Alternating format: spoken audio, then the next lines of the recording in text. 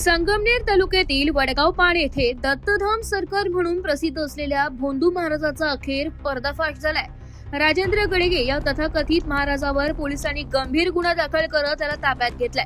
अंधश्रद्धा निर्मूलन समितीच्या तक्रारीनंतर ही मोठी कारवाई करण्यात आली असून गेल्या अनेक वर्षांपासून सुरू असलेल्या फसवणुकीचा अखेर अंत झालाय. देवी शक्तीच्या नावाखाली गडगे हा कर्करोगासारखे गंभीर आजार बरे करतो, मुलं होत नसलेल्या महिलांना अपत्य प्राप्ती करून देतो, तसेच घरगुती समस्या दूर करतो अशा खोट्या दाव्यांद्वारे लोकांना आपल्या जाळ्यात ओढत होता. त्यासाठी 11,000, 21,000, 51,000 अशा मोठ्या रकमा उकळल्या जात असल्याचा आरोप करत गेल्या 8 ते 10 वर्षात करोड रुपयांची लूट केल्याचा आरोप केला जातोय. दाखल तक्रारीनुसार गडगे हा महिलांना 14 महिन्यात श्रीकृष्णासारखा मुलगा होईल असे विकृत आणि भ्रामक दावे करत होता. कुटुंबातील समस्यांवर अघोरी उपाय सांगत लोकांची दिशाभूल केली जात होती.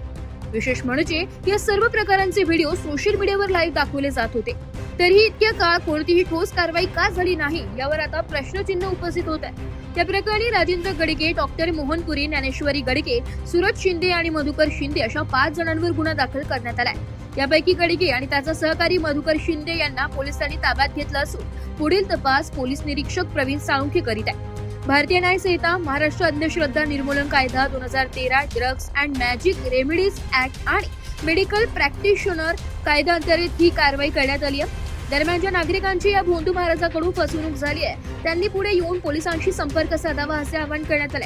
काल दिनांक 17 एप्रिल 2026 रोजी संगमनेर तालुका पोलीस ठाणे येथे ॲडव्होकेट रंजना गवांदे मॅडम यांचा तक्रारी अर्ज स्वीकारण्यात आलेला होता. त्याच्या चौकशीनंतर सदर बाबत गुन्हा दाखल करण्यात आलेला आहे. सदर गुन्ह्याचा रजिस्टर नंबर 195/2026, महाराष्ट्र अंधश्रद्धा निर्मूलन कायदा सन 2013, तसेच भारतीय न्याय संहिता 2023, ड्रग्ज अँड रेमेडीज ॲक्ट, त्याचप्रमाणे मेडिकल प्रॅक्टिशनर ॲक्ट याच्या खाली विविध कलमान्वये गुन्हा दाखल करण्यात आलेला आहे.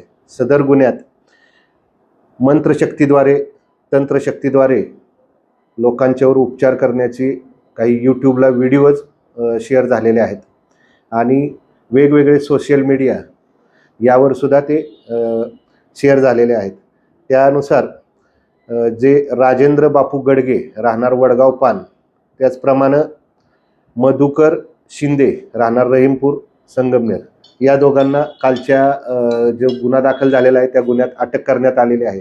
अजून काही आरोपींचा शोध चालू आहे. गुन्ह्याच्या संदर्भाने तपास चालू आहे. पुढील तपास करीत आहोत.